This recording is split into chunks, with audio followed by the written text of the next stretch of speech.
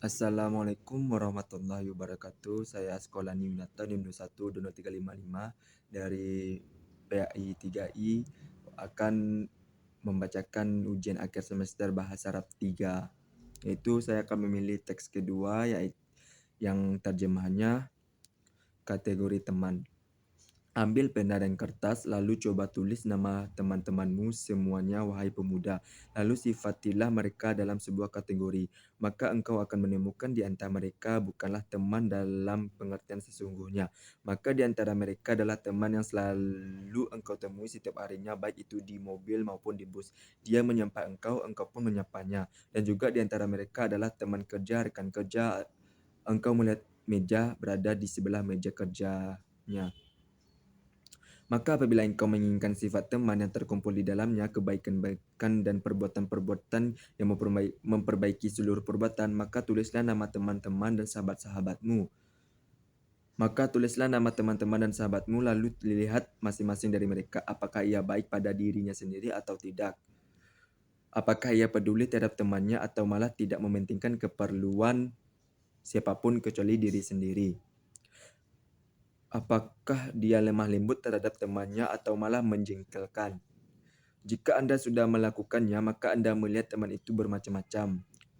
Yaitu, pertama, engkau menemukan di antara mereka ada yang rajin berpuasa dan sholat, memiliki karakteristik orang yang bertakwa, pakaian orang yang soleh, akan tetapi mereka melakukan ibadah tersebut sebagai perantara dalam menggapai dunia dan mendapatkan harta. Dan kamu mendapatkan hakikat dirinya berbeda dengan yang tampak darinya. Jika engkau membuat perjanjian dengannya, maka dia mengkhianatimu, dan jika engkau bergaul dengannya, maka dia mengkhianatimu. 2. Dan engkau akan menemukan di antara mereka ada yang seakan jujur dalam bermuamalah, seorang yang memegang amanah, tapi ia tak berpuasa, tak pula solat, dan tidak ada padanya yang mencemarkan agama kecuali namanya, dan ia menghancurkan agamamu. Kedua, di antara mereka engkau mendapati seorang yang baik, rajin beribadah, amanah, dan jujur dalam bermuamalah.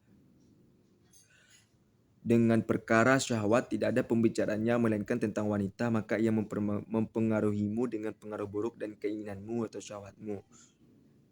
Yang keempat, dan engkau temui dia yang baik dan dirinya jujur dan bermuamalah kepada temannya dan tidak memberikan kebahagiaan kepada sahabatnya.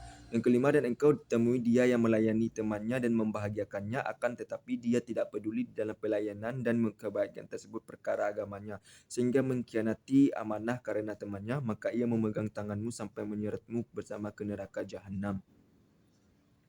Yang keenam, dan engkau akan temui dia yang religius, penolong bagi temannya, tegak di batas-batas Allah, tetapi dia tidak mengetahui bagaimana cara berteman atau bergaul yang dengan baik. Yang ketujuh, dan engkau temui di antara mereka ada yang bodoh dan tidak baik.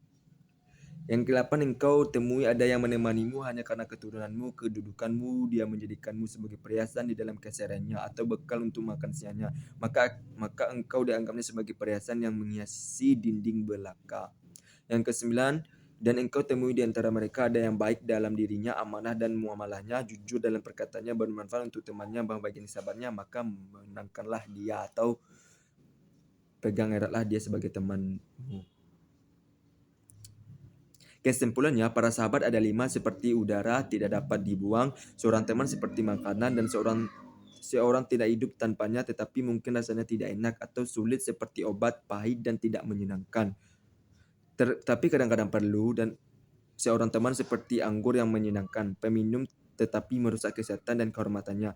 Dan sahabat itu seperti kesengsaraan, tetapi dia tidak mengetahui cara-cara berkumpul. Bagi sahabatnya ia berdiri di batas, kecuali apa yang dia seperti udara, itu bermanfaat bagi Anda dalam agama Anda, dan bermanfaat bagi Anda dalam kehidupan duniawi Anda, dan apa yang seperti makanan, itulah yang bermanfaat bagi Anda di dunia dan agama.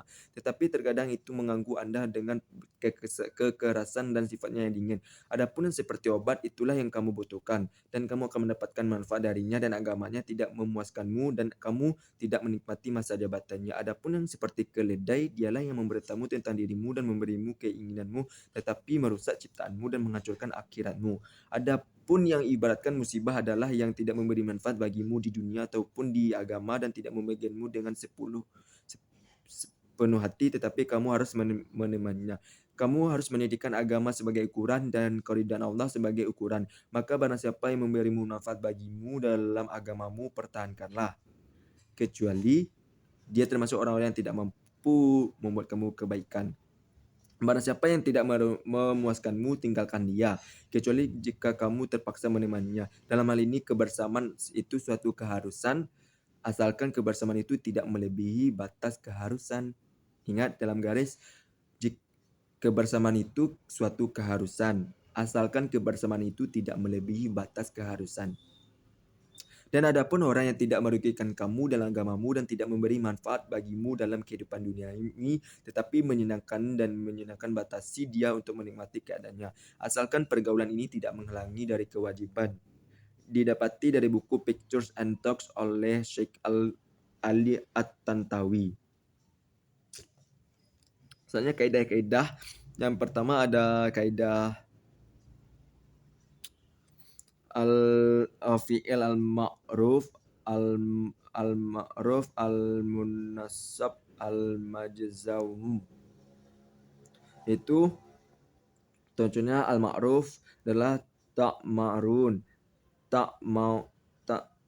ta'manun, tahtahun, ta'tad dan nazakar. Yang kedua munassab ananas, anaktab, anyati, lalu hatta yadakalak antaja'i. Yang selanjutnya majazaum, yang yaitu kaidahnya lam tashum. Kaidah kedua yang nomor 2-nya ada isim al-musalli. Yaitu pertama al-zinat al-zaitin al-yaunatnayati arafah tu al-alaumlati lafatan tu, lalu amzain kalahau, lalu amazi kalbala. Yang ketiga yaitu kaidah ketiga al-ma'ruf as-sabab rafiq ma'lis mu'nis, lalu mur'iqo. Lalu kaidah selanjutnya